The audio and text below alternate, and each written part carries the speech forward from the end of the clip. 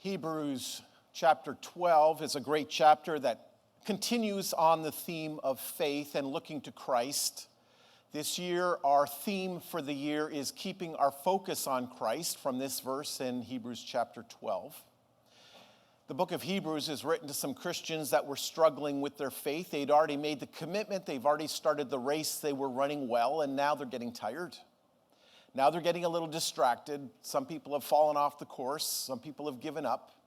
And so the message is to keep going. The message is perseverance. The message is endurance. And sometimes we know what it is like to be tired. We know what it is like to maybe be discouraged. Maybe to think, well, where is this all going to end up? Is it really worth it? And so Hebrews chapter 12 begins with the idea of witnesses. Endurance is something that is necessary in life because sometimes it is easy to drift. Hebrews chapter 2 in verse 1 says that we need to be much more careful, to pay attention to what we've heard lest we drift from it. And drifting is easy to do. I'd just like to say something about studies that people have done about daylight savings time. Because I discovered something today. Because what they say is during daylight savings time, people have lost an hour's sleep and they're tired. And when they get behind the wheel, it causes a lot more accidents. It's not because they're tired. I know that today. It's because they're driving in their vehicle. And the clock is wrong. And they've forgotten how to do it. And they're driving their car while they're trying to change their clock. And guess what? We have more accidents. It's not rocket science, people. Anyway, I don't know if that's true or not, but there wasn't much traffic out when I was doing it. But it was kind of like, how do you do this again? What is it? What button is it? I didn't pull out the manual, though, and was like this while I was driving. I tried to do it while I was at the stoplight. For the most part. All right, so don't drive with me, behind me, in front of me, or beside me. Because let me tell you something, if you're not paying attention, you know what happens? You drift. It's just easy, it just takes a minute. Just takes a little bit of distraction. And before long, you're drifting in your vehicle. You're kind of off course. You've crossed the yellow line. And so you've got to be very careful. This is what the Hebrew writer is saying, though, to Christians, we got to be careful. Because we're in this race. And so now he's going to talk about you're not in it alone because there's been people that have run before. It's not like we're the first one out of the gate. It's not like we're the only ones that have been running for a while. And we realized the race takes endurance and perseverance, and we should not give up. So as we think about this theme for the year, I wanted not to necessarily explore the whole verse, but mostly just this one section, primarily, is about the witness. The witness. And so that's how he starts. Chapter 12 is, what about this witness? Therefore, since we are surrounded by so great a cloud, such a great cloud, some translate, there's many, many witnesses. We're surrounded by witnesses, and we know who the witnesses are. They're the people from chapter 11 that he mentions. They're kind of mentioned as a starting point. Here's a few of the people that are witnesses. Now, here's the challenge that we always have. That what we think of a witness and what the Bible speaks of a witness generally are two different things. Somehow we've gotten into our theology that some of these people in the Old Testament, they've died. And you know where they are? Well, they've gotten into the stands beside the running track. And they're there with their corn dog and their fries and their Coca-Cola. Apparently you don't serve beer in heaven. But there they are on the stands. And they're cheering us on. Yay, go, yay. They're witnessing our event. Probably not. Highly unlikely that's happening. First of all, we don't read anywhere in the Bible where there's people in heaven looking down, watching, going, ooh, good job. And I think we would all realize that if you were in heaven looking down on what's going on in this earth, it wouldn't be heaven. Because heaven, I thought, was a place of joy and peace and comfort and happiness and, right? I mean, I look into this world and I'm not thinking, hey, this is heaven, right? So probably not looking down on us. The idea of witnesses, we're looking to them. We are familiar with this term when somebody is in the court of law and they call a witness. What is that person doing? They're coming to give some kind of a testimony. They're coming to share something that they know. They're coming to give some evidence. That's what we need. We need some evidence. We need somebody to take the stand and to say, listen, I've done this. I've been through this. And so when we read through Hebrews chapter 11, think about it this way. It's written in such a way, not that we go, oh, who is that guy? Oh, what did he? Oh, yeah, it kind of brings back some good memories, of reading the Old Testament. Well, it's more than that. It's for us to look at them and say, well, what did they do? Like, did these people really have perseverance? Well, yeah, they did, and they're going to speak about it when we study the Old Testament. So that's what Romans chapter 12, not Romans 12, Romans 15 and verse 4. I know if you're in my Wednesday class, it's like, okay, he's at it again.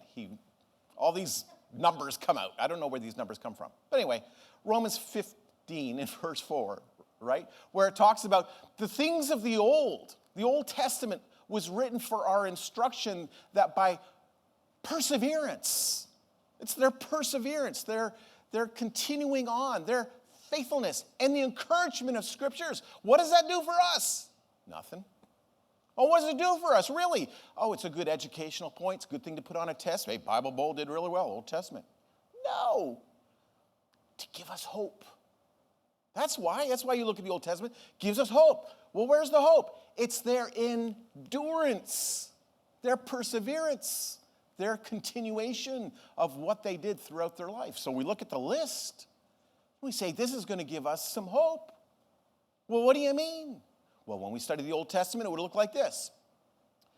Well, I look at somebody like Abel, and I'm able to see from his life that he was faithful in his worship to God, in doing what God had asked. He worshiped the Lord with his heart and his soul. He worshiped the Lord just as the Lord had asked him to do. And you want to know what happened? He was killed for it. He died because of that. It's like, wow, he's faithful in his worship, even to the point of death. That's his witness. And what we learn from that, if he can do it, so can I. Are you with me? That's the lesson. It's not just, that's a nice thing for him to do. Poor guy got killed by his brother. What a sad story. No, it's supposed to give us hope, encouragement, and faithfulness. Enoch. I'm not going to go through them all, but Enoch. Well, what do we learn from Enoch? Well, he eventually got to the point of his life when he started having children. He said, I'm going to develop my relationship with God. I'm going to be committed to God. I'm going to be faithful to God. And Enoch walked with God. And you got to believe that this was in some kind of a degrading society, right? Because it wasn't much long after that Noah's flood came. So Enoch here is a man living in the world, but being faithful to God. As a matter of fact, he walked with God. Literally, he walked from this earth and walked to heaven because he was taken away, did not die. What do we learn from him? Even in the world that's difficult and painful, even though you may live a long life, which he did, you can still be faithful. You want to know something? If Enoch can do that, so can I. He's giving me a testimony, something I can look to and to say, that is something I can hold on to because he did that. What about Noah and Abraham, Sarah? All the way through the list, all these people are teaching us something about life. Right now, sometimes we read the list and we may look at somebody like David. What do we learn from David? You can really mess up your life really bad for a season, and you can turn back to the Lord, and he'll accept you, and you can still be a great leader even after a great failure. Well, what do you learn about Rahab, the only woman in the list here? Well, you can learn that even though before you started following Christ, you were definitely a person engaged in the world, literally a woman of the streets, and I don't mean she was homeless, woman of the streets, and yet God could use her to do great things. If if God can do that for her, he can do it for me. That's what I'm learning from this. So this is the idea. We've seen all these witnesses in Hebrews 11. So when we get to chapter 12, we've got all these witnesses and they've taken the stand and they've told us how they've lived. And we've seen their faithfulness. But the background to all of this, just like the background in the slide, it's not going to be easy. Sometimes it's literally walking through the fire. Like here's the thing. If someone tells you when you become a Christian, everything's going to be easy, it's going to be an easy adventure, you're going to have all kinds of blessings, nothing's going to go wrong, everything's going to go well. You know what you can call that person? A false teacher, an enemy of the cross, somebody who's serving the devil. That's the truth. Because you can't find anybody, Old Testament, New Testament, where everything went well. It doesn't. Now, sometimes it goes well. I like the good well days, right? I like it when I'm healthy, when I'm happy, when things are successful, when things turn out as I wish. Not every day. And so it's the times of discouragement sometimes that we need to have the attitude, I've got to make it through, I've got to endure, I've got to press on. And I can make it through this, and it's going to be worth it. Because all these people of faith, they knew there was something greater.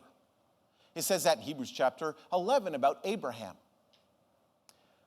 that he was looking to something great. He was willing to leave a land where he was comfortable, where his family was, where he grew up. It's what he knew. Like, think about Abraham. God says, follow me and I will take you. And he said, I don't know if he really said it, but in his mind, you could think, well, Lord, where are we going? You'll find out. When are we going to get there? Eventually. What's going to be along the way? It's going to be an experience. He didn't know anything. He didn't have all the answers. He didn't have any of the answers. God said go, and he said, I'll go. That sounds like the Christian walk sometimes. I don't know what's going to happen tomorrow. But I know God knows. And I know I can trust him. And no matter what obstacle I face tomorrow, I know God's going to give me the strength to make it through so that I can even make it to the following day, all the way until, now as Moses would say, he was willing to give up everything of Egypt, all the pleasure, all the power, all the enjoyment, the things of Egypt, the pleasures of the world. He was willing to give all of that up to be faithful to God because he was looking for a better city, a better home, a better reward, and that's in heaven. So all these people, witnesses for us to say, we can carry on, we can make it through. And so what's the idea then? What we do need now is to have this kind of faith. And maybe when we think it in those terms, maybe Hebrews chapter 11, verse 1, which describes at least the beginning of the faith chapter, faith is being sure. It's the assurance, sure of what we hope for. And it's the conviction of things not seen. And that's what's necessary. That's what they had, but that's necessary for us if we're going to follow in their footsteps. We can't get caught up in the pressures of the world, in the anxiety of the day, in all the temptations that are going on around us, about the persecution that seems to be coming our way, about some failed relationships, about things in our own life that perhaps would make us turn away or to give up, to call it quits, to take a break. No, we persevere. And so this is, again, this running analogy. No matter what. As you can tell, I've never been much of a runner. But running's hard. Running every day is hard. Running when it's raining, when it's dark, you don't know what's around the next corner. When the hills are really starting to get at you and to wear you down, running can be hard. But I'm thinking, the people that are in the Olympics, they don't say, I don't feel like running today because it's raining, because it's cold, because nobody else is running. No, they run no matter what. Why? Because they're committed. What are they committed to? Now, some people run because they're committed to health. Some people run because they enjoy what it produces, how they feel. And some people run because they want to win a prize. But whatever their motivation, they keep that in their mind. Why am I doing this? So when we are living as Christians, we say, what is the goal? Why am I in this? What's this going to do? And it may be all of those things. I realize that living in this life, it's difficult and it's challenging. And even more so as a Christian. But I know I've got strength in God. I know I'm going to have peace in my life because I'm trying to be the person God's called me to be. And I know there's going to be a reward at the end through the grace of Jesus Christ that I'm going to live in a heavenly home. So it's worth it to continue on, to be faithful. So Hebrews talks about this faith, this trust, knowing what's ahead. And when I think about the witnesses, what they've had to give up, the people of old, the people we read about, sometimes it could be Old Testament, it could even be now the people we read about in the New Testament. What were they willing to do? Well, if you really want to succeed, and again, it's the running analogy, right? So, here's a picture of a guy. It looks like it's kind of cold out, so he's kind of, got his gear on. He's running, and he seems to be doing well. But I don't know, have you ever seen the track meets, like even in the Olympics? Do you ever see somebody dressed like this when they're running the actual heat? I wonder why. He kind of looks comfy. Looks like he's all bound up. No, what do? They take off everything except whatever is absolutely necessary to keep on. Does that make sense? Isn't that the way they do it? Right? They don't get up to the line and go, oh, hang on, my pockets are, I still got the change money I had from lunch, They forgot. No, you don't forget to take out anything. Well, it's only a couple of ounces, big deal. No, they're willing to take off everything that's unnecessary for the race, right? The way people run today is quite different than what it was 100 years ago. We'd look at them and go, how can they run like that? They could never finish the race in first place. And this is what he's saying. Throw off everything that stands in the way. Everything that's going to slow us down. Everything that's going to distract us from what we're trying to do. Everything that's going to take away from finishing the race. And that's hard to do. That's hard to do. You know why it's hard to do? Because the Bible doesn't say anything about what these hindrances are. Well, you can say, well, hang on. It says it's sin. Well, the hindrances and the sin are two different things. There's no doubt you need to take off the sin if you're going to run successfully in the Christian life. But the hindrances are the extras. The hindrances probably are different amongst different people.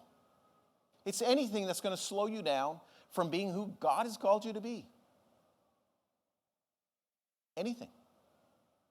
You got to slim down. What does that mean? I don't know what it means. It may mean you've been watching too much TV. You can watch some TV. It means maybe you've been reading too many books. And nothing wrong with reading a book, is there? There's nothing wrong with reading a book or watching TV. And there's nothing wrong with running your heat, even in your high school 100-meter, like this guy is dressed. There's no sin against it. There's no law against it. You're just not going to do your best. What Jesus is calling us to do is be your best. So that means maybe we're doing something with our time that's distracting us. We're doing something with our money that's taking us away from our real purpose. We're doing something with our mind, our thoughts. It's not necessarily sinful. It's just not necessary. So now we got to make some decisions. I've got to look at my life, right? So again, the winning athlete, you can say, what do they need to do? Just need to run? Is that all they need to do? No. Right? They got to watch what they eat. I mean, I don't really want to run. I do like watching what I eat. Anyway, that's not exactly what I meant. You got to train your mind. You surround your life with other people that are runners. Like you may even have somebody called a coach, right? So you're doing whatever you can do to be the best you can be. Is there anything wrong with that? Again, I would think, if you went to the Olympic Committee and said, can you show me all the rules about the 100-meter race? And in the rules it says, thou shalt not have a Big Mac before you run. It doesn't say anything about that. I bet it doesn't even say anything about that you're forbidden to run the 100 meters in steel-toed work boots. Does anybody think it says that? It doesn't say that. Well, why doesn't anybody do that? Well, they realize I've got to think about everything. Everything in my life. How can I be the best? I'm getting tired just thinking about doing that as a Christian, though. Like, that's a lot to think about. And so what's easiest to do? Let's not think about it at all. Let's just keep going as we've always been going. We don't need to be focused. We don't need to be disciplined. And in the course of time, then we wonder why we drift. We're just a little bit off course. We're just stepping over the line. It's just a little bit. We're just not running full speed. Maybe some of us are not running at all. We used to run. We signed up to run. We committed to run. We started well. Paul says, you started well. Well, what hindered you? What got in your way? What caused you to stop? It could be all kinds of things. So he's saying, you look at the people of the old covenant. Did they have issues? Yes. Did they have sin? Yes. Did they have things that slowed them down? Yes. But he says, throw it off. Throw off all the things that hinder, all the things that distract you. And throw off the sin. Obviously, that's what we're going to want to do too. That's a little more clear what sin is, because the Bible describes what sin is. We're going to throw that off. Doesn't make it any easier. Does anybody know that throwing off sin is not always easy to do? That's kind of why we still struggle with it and do it sometimes. So throw it off. Why? Because it easily entangles. It's kind of interesting because we know there are other scriptures where it say, if you continue to sin, you continue to neglect God and reject his will and do your own thing and go your own way and you fall away, there's consequences, right? And the consequences are you're outside of the covenant. You're outside of the relationship. You're outside of the promise of heaven. But that's not his appeal here. His appeal is, it's just going to get you all tangled up. It's going to slow you down. It's going to make you trip. It's going to make you fall. So you got to be serious about this, he's saying, if you're going to be in the race. It so easily entangles. I mean, somehow we think, I could make it through with it, Well, it's going to be very difficult. It's going to be challenging. And we know that it not only affects you, but affects other people around you. It affects your family members, your friends. It even affects your local church. The way you live affects others. So we've got to be very serious about this race that we've been called to. And let us run with endurance. Persevere. Don't give up. This idea of endurance is found several times, even in the book of Hebrews. Hebrews 10 and verse 36, for you have need of endurance, so that when you have done the will of God, you may receive what is promised. So again, remembering the commitment we've made in the past, the future that God has promised to us, and now he says we're in need of endurance. So continuing on, to not give up, to keep on the course, keep on the track, to keep up the pace. Hebrews chapter 10 and verse 39. We are not those who shrink back and are destroyed, but those who have faith and preserve their souls. Those people that continue moving forward. Let us run with endurance. And then he says, the race that is set before us. And we know running a race is not easy. And in the Greek word, this word race is agon, which is where we get the word agony. I know that's very encouraging to all the runners. But if you're a serious runner, you know that's true. It can be painful. You got to work through it. Agony. Let's run the race that's set before us, the race that God has planned and he has prepared, and he's going to see us through while we are running, looking to Jesus, the founder and perfecter of our faith. So the key here is we've got some witnesses, right? Okay, that's where we started. We got some witnesses. We can learn from the witnesses how they have run, maybe even how they stumbled, how they had victory, and yet they also had defeat. So we look at their lives to say, I can learn from them. That's oftentimes what athletes do today, right? I mean, especially when they are playing team sports. You know, what do? Well, sometimes they sit and watch. Maybe back then they could do, they'd have to actually go and watch. But today, you can actually watch a video over and over and over again. You can watch the competition. What are you looking for? You're looking for their weakness. You're looking for where they failed. You're looking for the hole where you can get through. You're looking how you can defeat them because you know their strengths and you know their weaknesses. So we can do the same thing. Looking at the Old Testament, learn from the people that have had successes and victories so that we can also be faithful. But we don't look to them really for inspiration. We look to them for guidance. Jesus is the one, it says here, the founder and perfecter of our faith. He's the one we look to, we trust in, we depend on. I mean, he's ultimately the one who coaches us. He's the one who's going to strengthen us. He's the one who's going to run with us. He's the one, when we're tired, that we can call on him. When we're lost, we call on him. When we're discouraged, we call on him. And when it seems like I'm ready to quit, we can call on him. He is the one who's run before us. We follow in his steps because he was faithful. And even the book of Hebrews reminds us that he became a man, a human being, lived among us, went through the same things we went through the same experiences, went through the same temptations and the same disappointments and the same trouble with people. He went through a lot in his life, but he was victorious. So he relates to us. He knows what it's like, but he's there to help us, to strengthen us, to pick us up when we fall, to give us courage when we are fearful. He's the author, the perfecter of our faith, because he's run before. We can follow him. We can trust him. We can know he's always there for us.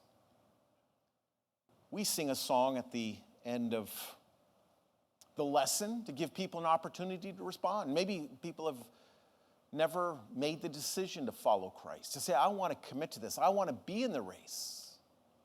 I want God to work through me. I want the promise that God's given. I need strength in my day. You see, being a Christian is just not one day I'm going to die and go to heaven. Being a Christian is having victory in this world because Christ is with us, having the promise of going to heaven too. And if you've never committed your life to following Christ, let him be the leader. Let him be your guide. Let him be the one who motivates you, encourages you. You're willing to listen to him because he's the coach who knows how to help you through.